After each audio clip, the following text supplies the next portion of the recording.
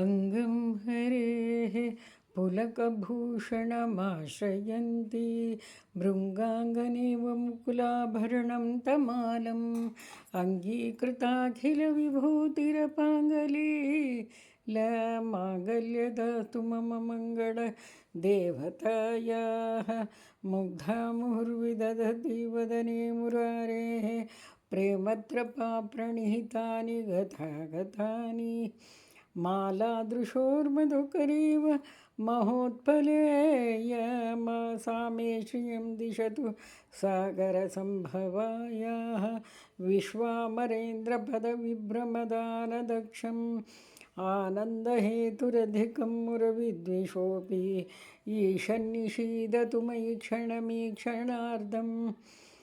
इन्दीवरोदरसहोदरमिन्दिरायाः मीलिताक्षमधिगम्य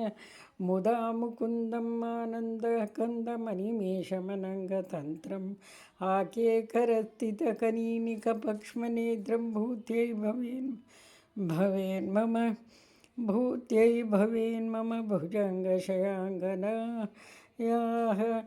बाहुन्तरे मधुजितः श्रितकौस्तुभेया हारावळीवहरिनीलमयी विभाति कामप्रदा भगवतोऽपि कटाक्षमाला कल्याणमावहतु मे कमलालयायाः कालम्बुदालिललितोरसि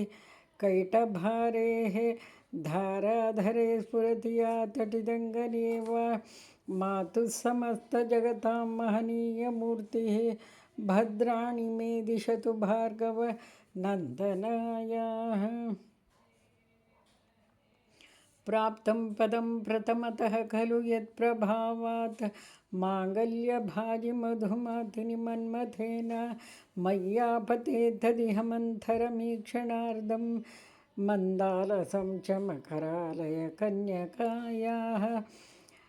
दद्याद्दयानुभवनो द्रविणाम्बुधाराम् अस्मिन्न किञ्चन विहङ्ग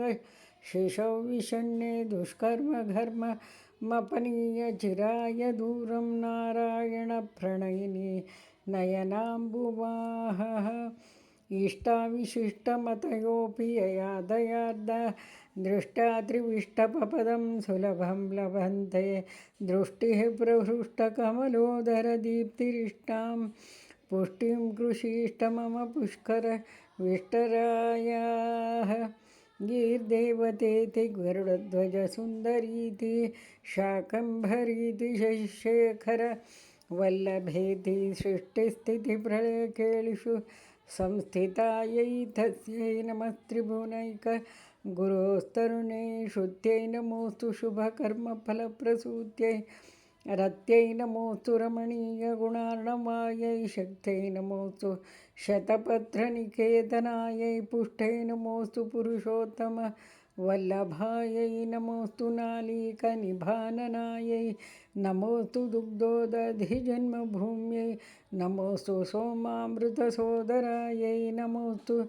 नारायणवल्लभायै सम्पत्कराणि सकलेन्द्रियनन्दनानि साम्राज्यदानविभवानि सरोरुहाक्षि त्वद्वन्दनानि दुरिताहरणोद्यतानि मामेव मातरनिशं कलयन्तु मान्येत्कटाक्षसमुपासनाविधिः सेवकस्य सकलार्थसम्पदः सन्तनोति वचनागमानसैः त्वां मुरारिहृदेश्वरीं भजे सरसिजनिले सरोजहस्ते धवलतमांशुकगन्ध